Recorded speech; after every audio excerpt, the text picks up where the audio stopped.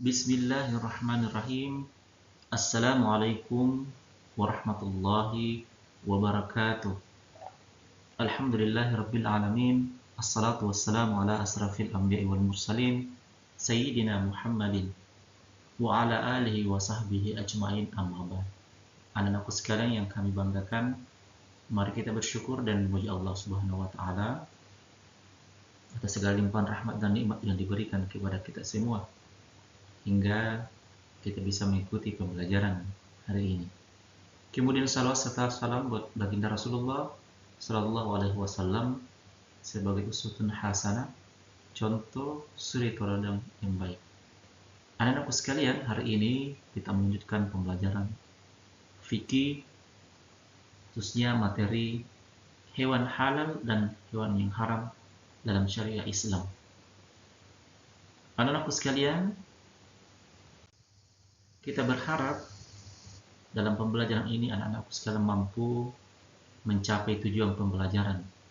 Di antaranya, peserta didik dapat menganalisis ketentuan yang halal dan mana yang haram dikonsumsi dengan benar.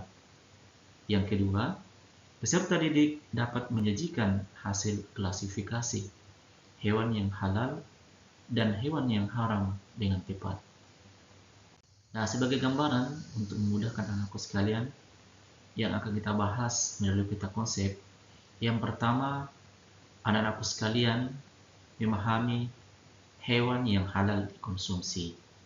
Yang kedua, hewan yang haram dikonsumsi.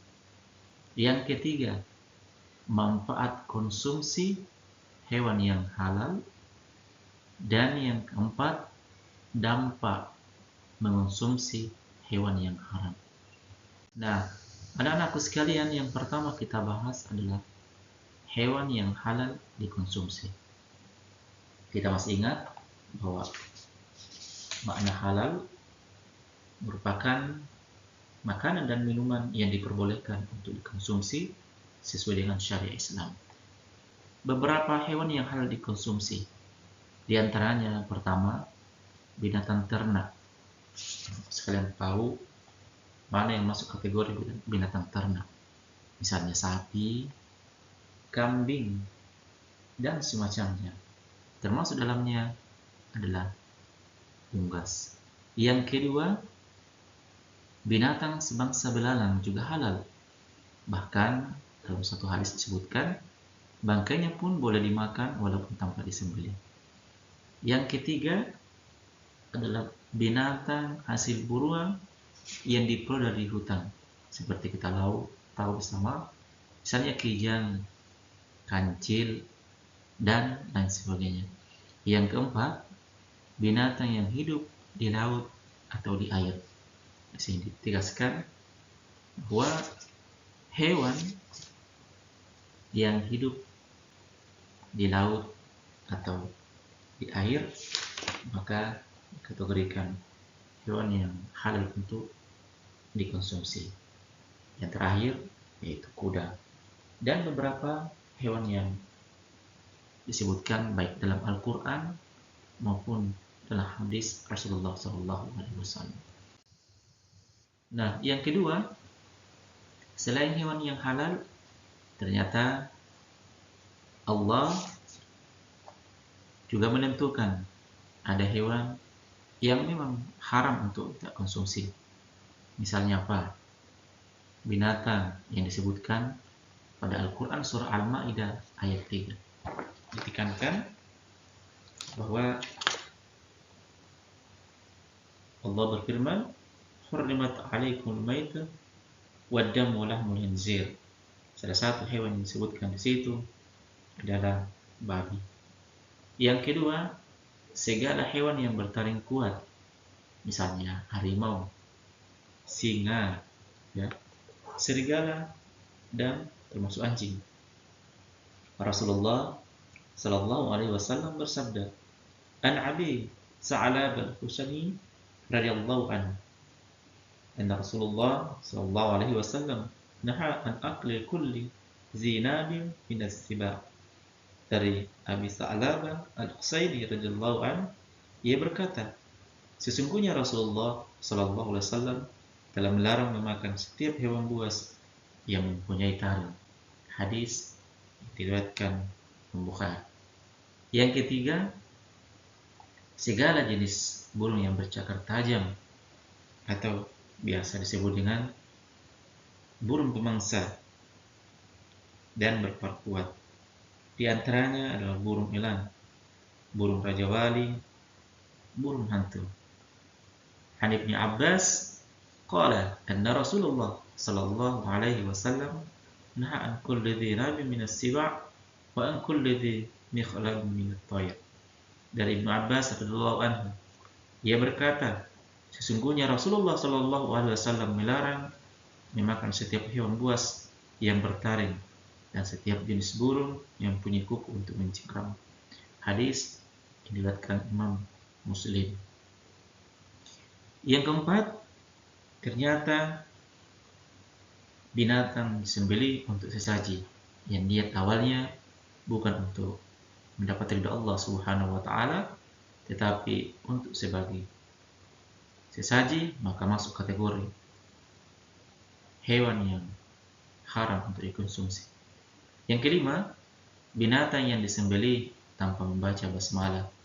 Orang yang terbiasa memakan makanan dari binatang yang disembelih tanpa membaca basmalah, termasuk diantaranya yang bukan muslim, maka dianggap kategori makanan yang haram untuk dikonsumsi.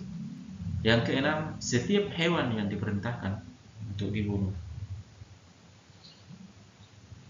Di antaranya adalah an Aisyah radhiyallahu anha an Nabi sallallahu alaihi wasallam annahu qala hamsun fawasik yuqtalna fil hilli wal haram al-hayy wal ghurab al-abqar wal fa'r wal kalb al-aqur wal hulayy.